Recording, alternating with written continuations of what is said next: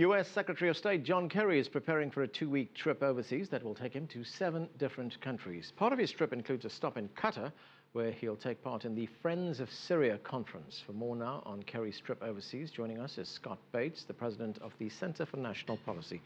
Scott, thanks for coming in. Welcome. Thank you. Great to be here. So Kerry heads to the Middle East. Obviously, high up on the agenda will be the situation in Syria. What is the message that he's going to be taking to U.S. allies? Well, the message is that the United States is engaged in trying to find a political solution to the situation in Syria. This is a powder keg situation for the entire region. The risks of regional conflict are very apparent for all. I mean, you can see an arc of crisis from Baghdad to Beirut already happening, conflicts between Shia and Sunni. And this Syrian situation could turn into a regional proxy war. So it's very clear that the U.S. strategy is to find some kind of political solution, and this is why the U.S. is in the game arming Syrian rebels, because they were just about to tilt on the other side. The Russians were, along with Hezbollah, were propping up the Assad regime, but the violence wouldn't stop there. So I think this is much like the Bosnia situation 15 years ago, where you arm up both sides and then they have to talk.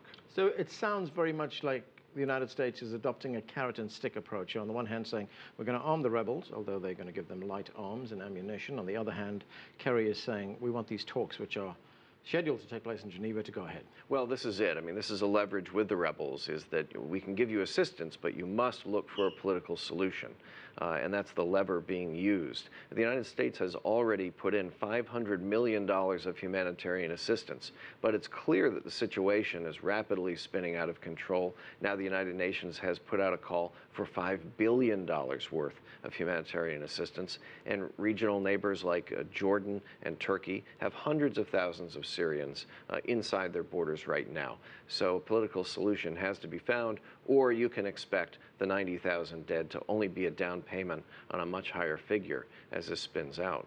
And I'm wondering to what extent Kerry will have to address the concerns of Russia. We know that at the recent G8 summit, the Russians made it very clear that they were not happy with the American position, with America supplying weapons to the rebels. I mean, he would have to overcome that before moving. Well, absolutely. And, you know, the Russians are rarely happy with American positions as of late, but there's a bigger agenda between the U.S. and Russia, arms control and other things that are of interest to the Russians. And I think it's time for Secretary Kerry to link a lot of issues together and talk with the Russians about Iran and arms control and Syria all together, and try to find a path that is going to serve both interests. At the end of the day, this can't be an American-imposed solution. Secretary Kerry has to find ways of meeting Russian legitimate interests. Right, he's got to meet Russian concerns, but at the same time, he's also going to possibly have to ask Russia to push Bashar al-Assad to those talks.